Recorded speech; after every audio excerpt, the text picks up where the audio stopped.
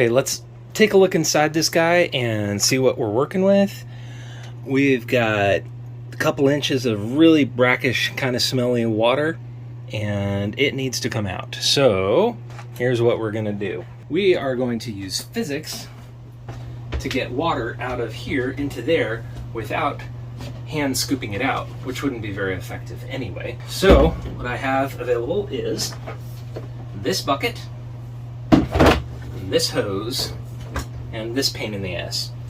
So the first thing I'm going to do is make sure that the hose is in here. So next thing we need to do is fill this hose with water so that when I set it down like this into the bucket, it starts draining, and as the water falls from this point down to there, it sucks in the water over here. And that's what creates a drain effect that will go over a wall like this. Now, the only problem is, how do we fill it with water? Now, traditionally, you could just give it a good suck on there, but there's a couple of reasons I don't want to do that. One, that water is nasty, and two, this hose is nasty. So instead, what I'm going to do is I'm going to fill the hose with water manually, like so. That is the wrong spigot. I'm going to cut this out because I know nobody wants to be watching my butt. Especially not for this long. I have no idea how much water I need. And I'm just talking into a corner and probably nobody can hear me. Okay, close enough.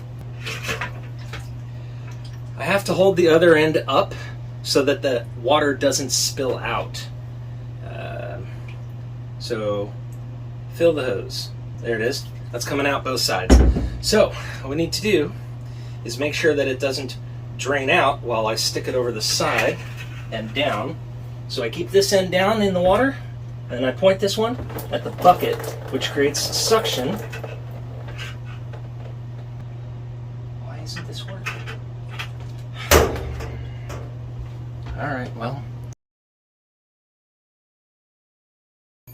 Okay, here we are giving up and using the suction method instead. The filling method would have worked really well if I had a single contiguous hose, but this was two shorter pieces together, and it didn't have an airtight seal, so the water was escaping before I could tilt it over and get the suction going. So the lesson here is make sure that you've got the right hose, and make sure that the light actually hits the bucket so people can see what the hell is going on. Either way, filled the bucket, emptied the washing machine, so all is well.